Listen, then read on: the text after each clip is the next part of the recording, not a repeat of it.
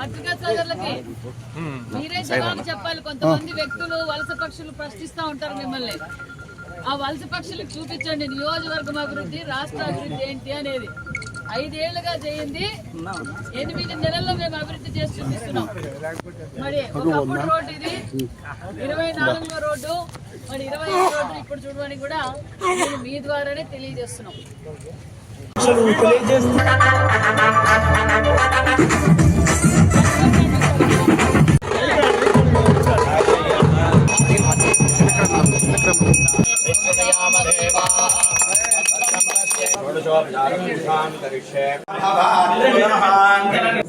सविता नम्याः जगदीश साई श्रीमणः कमलम्मा नम्याः నాకు అనవసరం. ఎన్ని రోజులు అయింది ఎత్తేసి? 2 months కోసారి ఎత్తేస్తారా? గ్రామాల్లో 2 months కోసారి ఎత్తేస్తారా? దీనికి మేము విడుదల లేదా? ఏం సెంట్రల్ నుంచి కోట్లాడి లాస్ట్ టైం సర్పంచ్ నిధులు లేవు, అన్ని గద్దెత్తా పోయింది. మళ్ళీ మేము డైరెక్ట్ సర్పంచ్ నిధులు ఇచ్చాం, శానిటేషన్ వర్క్ కోసం ఇచ్చామా లేదా? కొత్తనా? నువ్వెన్ని రోజులు అయింది వచ్చి? మరి 5 years అయినప్పుడు గ్రామంలో ఇది జరుగుతుందని నీకు బాధ్యత లేదా? అతనేమో కొత్తోడు, నువ్వు వచ్చి ఇక్కడే ఉన్నావు. ఏం చేస్తారు మీ గ్రామ సచివాలయం ఉద్యోగస్తులు? ఏం చేస్తున్నారు? ఏం చేస్తారో చెప్పండి. మీకు పని చేసేది ఇష్టం లేకపోతే వెళ్ళిపోండి, లీవ్ పెట్టి.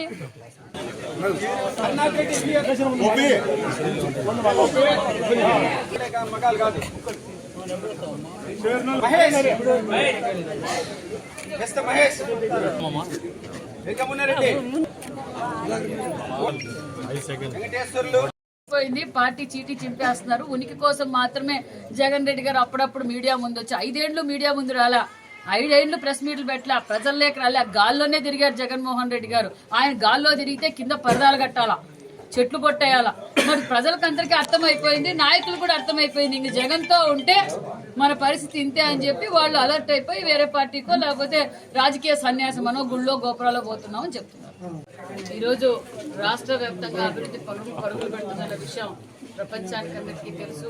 ఒక పక్క ప్రధానమంత్రి నరేంద్ర మోడీ గారి ఆశీర్వాదంతో, ఒక పక్క మన చంద్రబాబు నాయుడు గారి విజనరీతో, నారా లోకేష్ బాబు, పవన్ కళ్యాణ్ గారు మొత్తం రాష్ట్రం అంతా పరుగులు పెడుతున్న విషయం తెలుసు. అదేవిధంగా రాష్ట్ర వ్యాప్తంగా పల్లె పండుగ జరుగుతోంది. ఆ పల్లె పండుగలో భాగంగా అనంత సత్యసాయి జిల్లా వెనుకొండ నియోజకవర్గంలో గోరెంట్ల మండలంలో, అంటే మేము ఎన్నికల సమయంలో మాటిచ్చాం, ఇది గోరెంట్ల మండలం మందలపల్లి పంచాయతీ మైరెడ్డిపల్లిలో సుమారుగా 25 సంవత్సరాలుగా మా గ్రామస్తులందరూ ఇబ్బంది పడుతున్నాం, మాకు రోడ్డు కావాలా అని చెప్పి ఆ రోజు మాకు ఓటు అడిగేటానికి అన్నారు.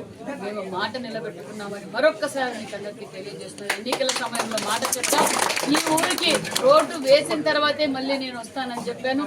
ప్రజలు అదే నమ్మకంతో మమ్మల్ని గెలిపించారు. ఆ నమ్మకంతోనే మళ్ళీ ఈరోజు మైరెడ్డిపల్లి రోడ్డు సుమారుగా 14 లక్షలతో రోడ్డు పూర్తి చేసి ఈ రోజు మళ్ళీ ఈ గ్రామానికి వచ్చాం. అంటే అభివృద్ధి ధ్యేయంగా మేమంతా పనిచేస్తున్నామన్న విషయాన్ని కూడా